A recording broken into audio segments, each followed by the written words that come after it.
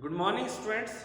आज हम Indian contract act में परफॉर्मेंस ऑफ रेसिप्रोकल प्रोमिसेस के बारे में पढ़ने जा रहे हैं। परफॉर्मेंस ऑफ रेसिप्रोकल प्रोमिसेस ये परफॉर्मेंस ऑफ कॉन्ट्रैक्ट का एक पार्ट है। इस टॉपिक को शुरू करने से पहले सबसे पहले हमें जानना जरूरी है कि रेसिप्रोकल प्रॉमिस क्या है। रेसिप्रोकल प्रॉमिसेस को इंडियन कॉन्ट्रैक्ट एक्ट के सेक्शन 2 सब क्लोज एफ में डिफाइन किया गया है। ये जो डेफिनेशन है वो मैं आपको बता रहा हूं। Promises which form consideration or part of consideration for each other known as reciprocal promises, यानी जो वचन एक दूसरे के लिए प्रतिफल या आंशिक प्रतिफल उत्पन्न करते हैं, प्रदान करते हैं, उसे हम पारस्परिक वचन के नाम से जानते हैं। और इसको इजी तरीके से समझने के लिए मैं आपको एक जो आसान शब्दों में बता रहा हूं कि ए promise in exchange of another promise, यानी एक प्रॉमिस के बदले यदि दूसरा प्रॉमिस किया जाता है तो उसे हम, यानी एक वादे के बदले दूसरा वादा, तो उसे हम रेसिप्रोकल प्रॉमिस या जो पारस्परिक वचन के नाम से जानते हैं। अब देखिए रेसिप्रोकल प्रॉमिस का एक एग्जाम्पल और समझते हैं।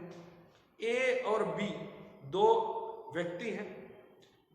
ए के पास एक कार है। ए अपनी कार 5 लाख रुपए में बी को बेचने का वादा करता है। बी है, ए से उसकी कार 5 लाख रुपए में खरीदने का वादा करता है। तो देखिए यहां पर ए और बी ने जो दोनों से एक दूसरे से जो वादा किया है उसी को हम पारस्परिक वचन या रेसिप्रोकल प्रॉमिस के नाम से जानते हैं। आज के इस वीडियो में हम रेसिप्रोकल प्रॉमिसेस की परफॉर्मेंस किस प्रकार से की जाती है, उनसे रिलेटेड प्रोविजंस क्या है, उनको हम समझेंगे।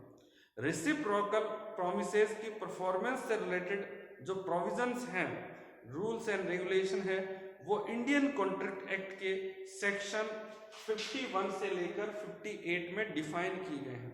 यहाँ पर हमने जो टोटल 8 सेक्शन लिखे हैं और 8 पॉइंट्स हैं।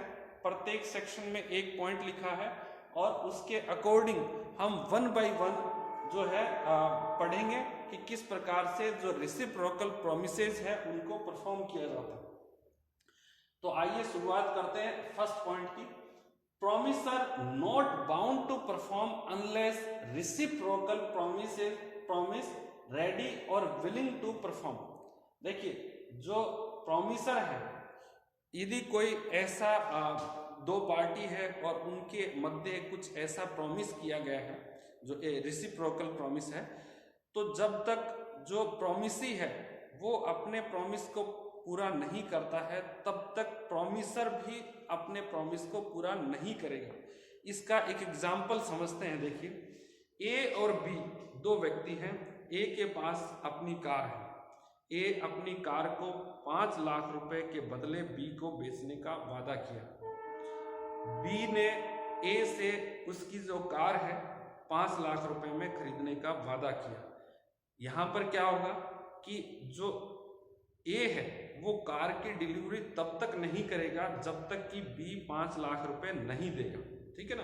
तो इस प्रकार से जब एक पक्षकार के जब दोनों क्या है साइमल्टेनियसली पूरे किए जाने हो, यानी एक साथ प्रॉमिस परफॉर्म किए जाने हो, तो जब तक एक पक्षकार के द्वारा प्रॉमिस को पूरा नहीं प्रॉमिस को पूरा करने के लिए जो है पार्टी है वो रेडी नहीं है, तब तक दूसरा पार्टी है वो प्रॉमिस को परफॉर्म जो है नहीं करेगा। ठीक है ना। जब दोनों पार्टी एक साथ अपने अपने प्रॉमिस को परफॉर्म करने के लिए रेडी होंगे तभी वो जो है प्रॉमिसेस को परफॉर्म कर सकते हैं, कॉन्ट्रैक्ट को परफॉर्म कर सकते हैं। जब एक पक्षकार अपने प्रॉमिस को पूरा करने के लिए रेडी नहीं है तो वो दूसरे पक्षकार से परफॉर्मेंस की डिमांड नहीं कर सकता। एग्जाम्पल देखिए, जो हमने लिया है कि ए के पास एक कार है और वो कार 5 लाख रुपए में बी को बेचना चाहता है। बी ए से उसकी कार 5 लाख रुपए में खरीदने के लिए तैयार है। अब यहाँ पर क्या है, देखिए ए कार की डिलीवरी जब तक नहीं करेगा जब तक कि बी 5 लाख रुपए देने के लिए तैयार नहीं होता। ये फर्स्ट पॉइंट है, या जो सेक्शन है 51 है। उसके बाद नेक्स्ट है order of performance of reciprocal promises. यहां पर क्या है कि जो रेसिप्रोकल प्रॉमिस किया गया है वहां पर जो प्रॉमिस हैं उनके ऑर्डर फिक्स हैं, यानी जो प्रॉमिस किए गए हैं पार्टीज के द्वारा उनके प्रॉमिस एक पहले पूरा किया जाना है, दूसरा उसके बाद पूरा करना है। एक एग्जाम्पल लेते हैं हम, जैसे वही कार का एग्जाम्पल लेते हैं कि ए के पास अपना कार है और बी के पास बी है ए की कार को 5 लाख रुपए में खरीदना चाहता है। दोनों ने ये डिसाइड किया कि ए है वो अपनी कार तब डिलीवर करेगा जब बी 1 लाख रुपए एडवांस के तौर पर ए को जमा करवा देगा, ठीक है ना। बी के द्वारा जब 1 लाख रुपए एडवांस के तौर पर ए को जमा कर दिए जाएंगे तब बी है उस कार को डिलीवर करेगा, और डिलीवर करने के बाद जितना भी जो रिमेनिंग अमाउंट है 4 लाख रुपीस है उसका पेमेंट कर दिया जाएगा। तो यहाँ पर क्या है, ऑर्डर फिक्स है, पहले एडवांस पे करना है उसके बाद कार की डिलीवरी मिलेगी। यदि बी है वो एडवांस पेमेंट नहीं करता है तो ऐसी परिस्थिति में ए से कार की जो डिलीवरी की डिमांड नहीं की जा सकती। ये बात आपको ध्यान में रखना है। तो यहाँ पर क्रम फिक्स है, ऑर्डर फिक्स है जो प्रॉमिस को परफॉर्म करने का। सबसे पहले एडवांस पे करना है, बी एडवांस पे करेगा ए को 1 लाख रुपए, और उसके बाद जो है ए है कार डिलीवरी करके अपना जो प्रॉमिस है उसको पूरा करेगा। नेक्स्ट है liability of party preventing event on which the contract is to take effect।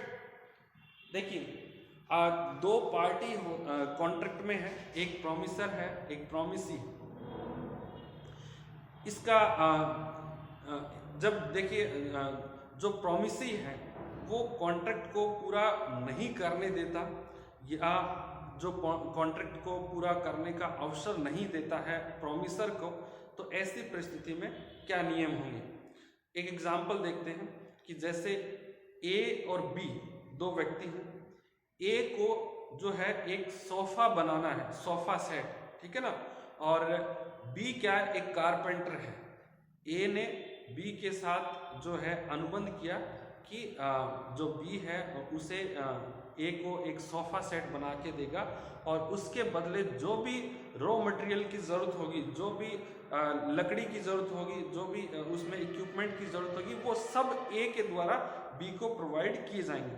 अब यहाँ पर देखिए ए रेडी है काम करने के लिए, सॉरी बी रेडी है काम करने के लिए सोफा सेट बनाने के लिए, बट ए के द्वारा जो रॉ मटेरियल है सोफा सेट बनाने के लिए वो उपलब्ध नहीं करवाया जा रहा है। तो ऐसी परिस्थिति में क्या नियम होंगे, जो भी बी है, बी को जो भी नुकसान होता है वो उस नुकसान के लिए जो लॉस होता है उसके कंपनसेशन की मांग कर सकता है, ठीक है ना, ए के द्वारा।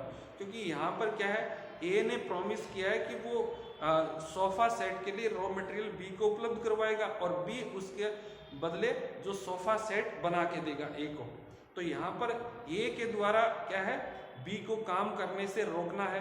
बी को जो बी ने जो प्रॉमिस किया था, वादा किया था सोफा सेट बनाने का, वो पूरा नहीं कर पा रहा है बिकॉज ए है उसको रॉ मटेरियल उपलब्ध नहीं करवा रहा है। जो भी सोफा सेट बनाने के लिए जो सामग्री है, सामान है, वो उपलब्ध नहीं करवा रहा है। तो यहाँ पर क्या होगा कि बी है उसको यदि कोई लॉस हुआ है तो वो उसके कंपनसेशन की डिमांड कर सकता है।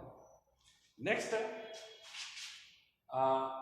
Effect of default as to that promise which should be first performed।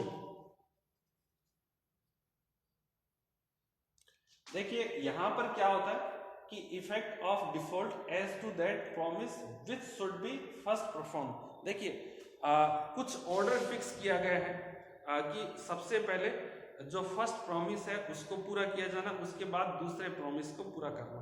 यदि फर्स्ट जो प्रॉमिस है वो पूरा नहीं होता है तो फिर उसका दूसरे प्रॉमिस पर क्या इफेक्ट पड़ेगा, ये उसके संबंध में है। जैसे एक एग्जांपल देखते हैं, ए और बी दो व्यक्ति है। यहाँ पर ए फार्मर है और उसके पास क्या है, उसने जो बी है वो व्यापारी है, बिजनेसमैन है। ए ने बी के साथ एक एग्रीमेंट साइन किया है, कॉन्ट्रैक्ट साइन किया है कि ए 1000 क्विंटल गेहूं जो 15 अक्टूबर को, ठीक है ना, बी को डिलीवर करेगा। और जो बी है उस गेहूं का जो पेमेंट है वो 30 अक्टूबर को ए को देगा, ठीक है ना। तो यहाँ पर देखिए 15 अक्टूबर को बी गेहूं की डिलीवरी करता है, करेगा बी को, और बी है उस गेहूं का जो पेमेंट है वो 30 अक्टूबर यानी 15 दिन बाद में है ए को देगा। तो यदि ए अपने प्रॉमिस को पूरा नहीं करता है, गेहूं की डिलीवरी नहीं करता है बी को, तो बी उसका जो पेमेंट है वो देने के लिए बाध्य नहीं है। तो यहाँ पर क्या है, सबसे पहले है वो ए को जो है प्रॉमिस पूरा करना, उसके बाद में बी के द्वारा प्रॉमिस पूरा किया जाएगा। यदि ए अपना प्रॉमिस पूरा नहीं करता है, टाइम से गेहूं डिलीवरी नहीं करता है, तो ऐसी परिस्थिति में जो बी है उससे कंपनसेशन की डिमांड कर सकता है। अब नेक्स्ट है effect of failure to perform at a time fixed in a contract in which time is essential। देखिए किसी कॉन्ट्रैक्ट में जो रेसिप्रोकल प्रॉमिस या पारस्परिक वचन जो है किए गए हैं और उसमें टाइम जो है एसेंशियल एलिमेंट है, यानी किसी पर्टिकुलर जो टाइम पर कॉन्ट्रैक्ट को परफॉर्म किया जाना जरूरी है। यदि उस टाइम पर परफॉर्म नहीं किया जाता है तो पार्टीज हैं उस कॉन्ट्रैक्ट को जो भी है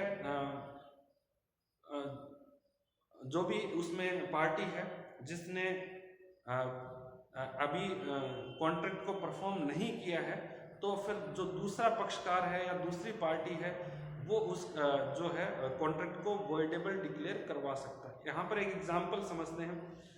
एक व्यक्ति है ए और जो क्या है जिसके जो है लड़की की शादी है, ठीक है ना, और वो अपने क्या है जो लड़की को क्या है शादी में गिफ्ट देने के लिए, ठीक है ना, एक जो ओडी कार है, ओडी कंपनी की कार है, वो उसे जो है गिफ्ट करना चाहता है शादी के दिन, ठीक है ना। और उसने ओडी कंपनी का जो शोरूम है, लोकल जो ब्रांच ऑफिस है, वहां पर संपर्क किया, गाड़ी उसने बुक करवा दी और कंपनी वालों ने कहा कि हम आपको जो शादी का डेट है उस डेट को और सुबह 9 बजे आपको एग्जैक्ट जब आप गिफ्ट सेरेमनी जो है ऑर्गेनाइज करेंगे तो उस समय आपको गाड़ी की होम डिलीवरी कर दी जाएगी। तो यहाँ पर देखिए जो शादी का समय फिक्स है, जो एक जो सेरेमनी है गिफ्ट सेरेमनी उसका टाइम फिक्स है, और यदि उस टाइम पर गाड़ी की डिलीवरी का ओडी कंपनी के द्वारा नहीं की जाती है, ठीक है, तो ऐसी परिस्थिति में जो लड़की का फादर है जिसने गाड़ी बुक करवाई थी वो उस जो भी लॉस हुआ है उसके लिए कंपनसेशन की डिमांड कर सकता है। इसके साथ ही उस कॉन्ट्रैक्ट को कैंसिल भी कर सकता है, वॉइडेबल डिक्लेयर करवा सकता है। ये उस पर डिपेंड है, वो चाहे तो उसको उसकी जो यदि जैसे 9 बजे का टाइम फिक्स किया गया था कॉन्ट्रैक्ट को परफॉर्म करने को गाड़ी के डिलीवरी के लिए, कंपनी वाले क्या लेट हो जाते हैं और वो उस सर्टेन डेट को गाड़ी की डिलीवरी नहीं कर पाते हैं, उसके बाद जो नेक्स्ट डे है उसको डिलीवरी करते हैं। अब ये डिपेंड करता है उस पर्सन पर जिसने बुकिंग करवाई थी, लड़की के फादर पर, कि वो उस डिलीवरी को एक्सेप्ट करता है कि नहीं करता। यदि वो एक्सेप्ट कर लेते हैं तो ऐसे में जो कॉन्ट्रैक्ट है वो परफॉर्म हुआ माना जाएगा। हाँ, यदि उसने डिले किया है ओडी कंपनी ने, तो उसके बदले क्या है जो भी जो लड़की के फादर है वो कंपनसेशन की डिमांड कर सकते हैं, ठीक है ना। और उनके पास ऑप्शन ये भी है कि वो चाहे तो उस कॉन्ट्रैक्ट को वॉइडेबल डिक्लेयर कर सकते हैं कि कंपनी ने टाइम पर जो गाड़ी की डिलीवरी नहीं की, क्योंकि time is the essential element in this contract. यहाँ पर एक दूसरा एग्जांपल भी आप समझ सकते हैं। जैसे आपके घर पे कोई पार्टी है, ठीक है ना, और जहाँ पर 50 गेस्ट आने वाले हैं, आपने किसी हलवाई को कहा कि वो जो डेट आपने फिक्स कर दिया, ठीक है ना, जैसे 15 अक्टूबर है और दोपहर 12 बजे के करीब जो उसके लिए जो रिफ्रेशमेंट है, जो एक तरीके से नाश्ता वगैरह है, उसके लिए मिठाई है, नमकीन है, वो सब भेज दें। और अब टाइम 12 बजे गेस्ट आएंगे, 12 बजे चाहिए, और उसके बदले जो हलवाई है वो टाइम पर डिलीवरी नहीं करता है, दोपहर 12 बजे डिलीवरी नहीं करता है, और फिर क्या है जो शाम को 7 बजे करीब वो डिलीवरी करता है। तो अब ये डिपेंड आप पे करता है कि आप उस डिलीवरी को एक्सेप्ट करते हैं या रिजेक्ट करते हैं, ठीक है ना, क्योंकि टाइम एलिमेंट जो एसेंशियल एलिमेंट था और उस समय पर उनके द्वारा जो है प्रॉमिस को पूरा नहीं किया गया, तो जो पार्टी है, जो भी कंसर्न्ड पार्टी है, रेसिप्रोकल पार्टी है, वो उस कॉन्ट्रैक्ट को वॉइडेबल डिक्लेयर कर सकती है और कंपनसेशन की डिमांड कर सकती है। नेक्स्ट है agreement to do impossible act. देखिए अब जादू करके और जो सोना जो है बना देना, किसी भी लकड़ी का सोना बना देना, तो ये सब क्या है, ये सब इम्पॉसिबल एक्ट है। और इम्पॉसिबल एक्ट करने के लिए यदि कोई भी रेसिप्रोकल प्रॉमिस किया जाता है तो वो एक प्रकार से वॉइड जो है वॉइड एग्रीमेंट है, ठीक है। नेक्स्ट है reciprocal promises to do certain things that are legal and other, यहां पर मैंने 2 बार लिख दिया है अदर आर इलीगल।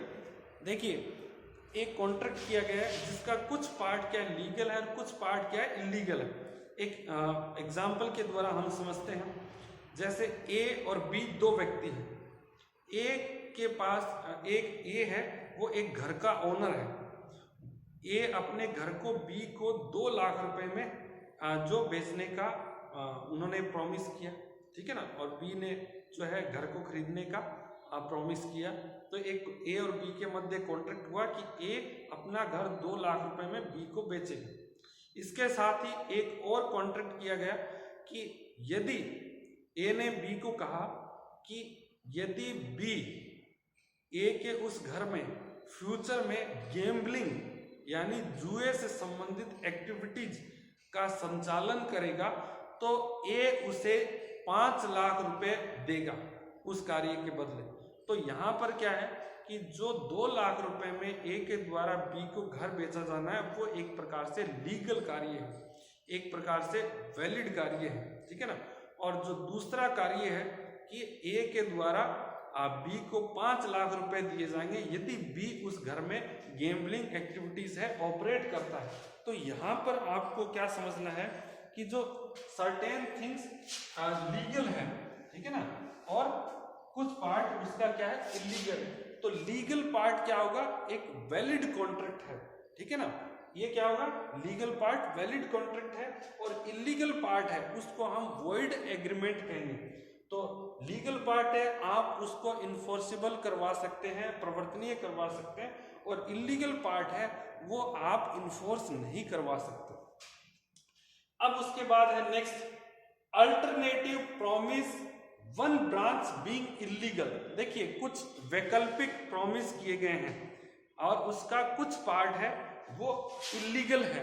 कैसे है अल्टरनेटिव प्रॉमिस, जैसे ए है और बी, ठीक है ना, ए और बी का छोड़ देते हैं, बहुत ज्यादा हो गया बोरिंग।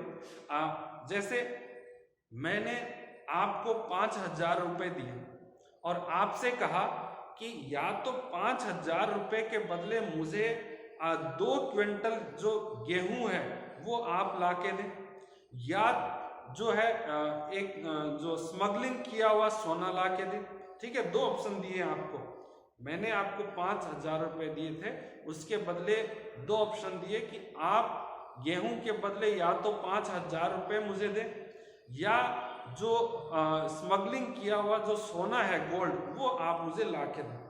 तो यहाँ पर देखिए जो 5,000 रुपये जो आप 5,000 रुपये की वजह मुझे जो गेहूं देने का जो प्रॉमिस किया है वो प्रॉमिस क्या है एक वैलिड है, ठीक है ना। और दूसरा जो प्रॉमिस हुआ है यहाँ पर कि जो स्मगलिंग किया हुआ सोना लाके देने का, तो ये जो पार्ट है वो इलीगल है, ठीक है ना। और इलीगल पार्ट क्या होता है, ये एक प्रकार से वॉइड एग्रीमेंट है और इसको हम इन्फोर्स नहीं करवा सकते।